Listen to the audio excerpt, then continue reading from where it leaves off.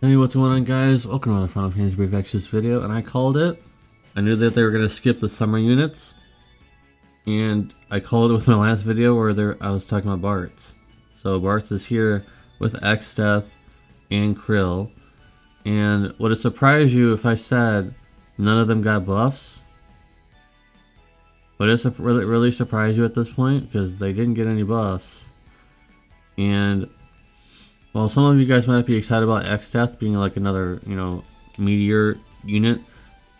I know for a fact this time that he's not going to be as good as Golbez because he doesn't have that MP ability where he gets a like. You remember how Golbez gets a lot of MP every turn? He doesn't. Exdeath does not have that.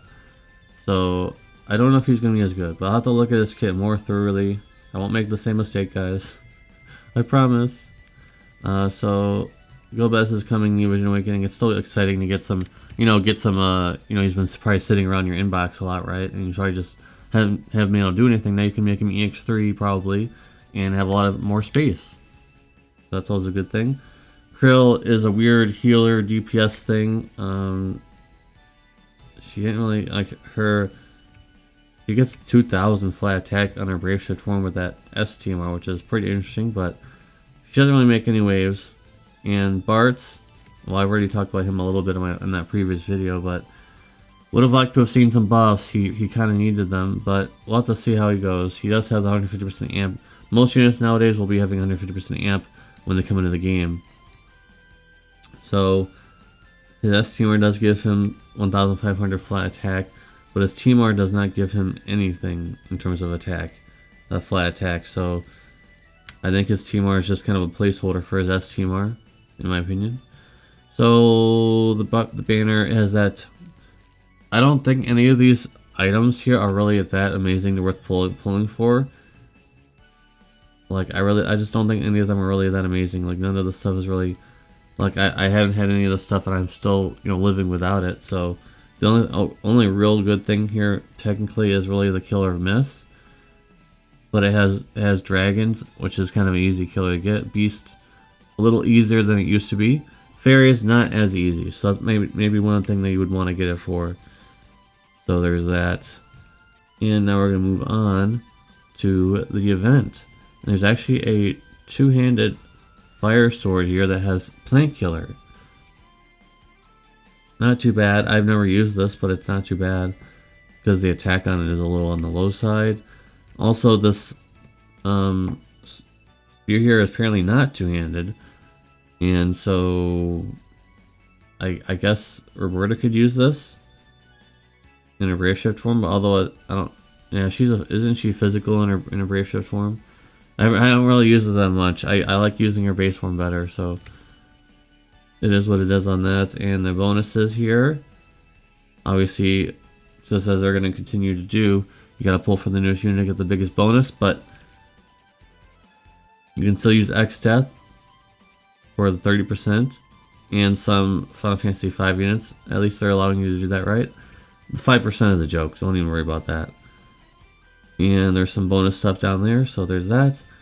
Let's talk about the vision cards.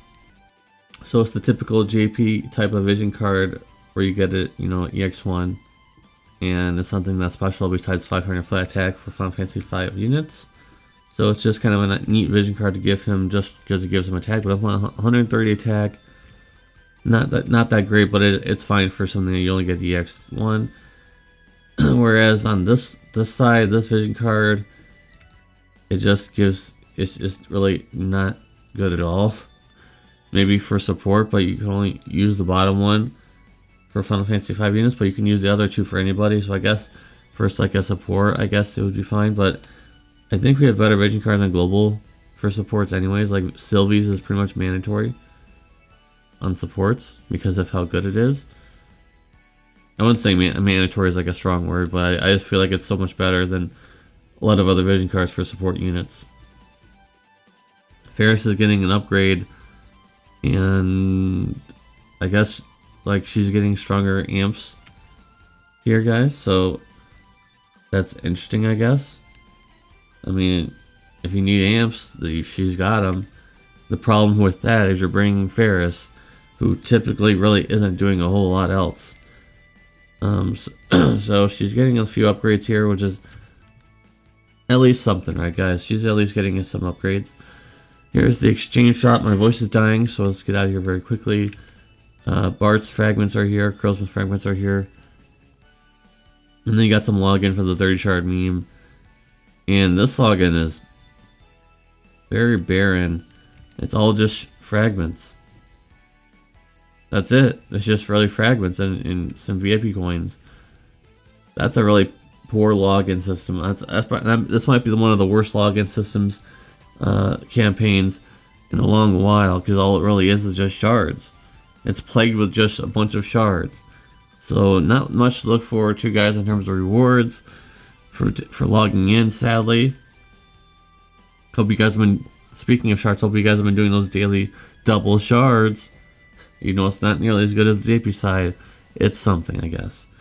So let me know in the comment section down below. You've been looking forward to Bartz for a while. Here he is, Bartz. He didn't get any buffs, so blame Gumi for being lazy by not buffing JP units, even though they really should be, like I mentioned in my previous video. Anyways, guys, that's going to be for this video, guys. Thank you guys very much for watching. Appreciate you. Let me know all your thoughts in the comment section down below, and I'll see you in the next video. Peace.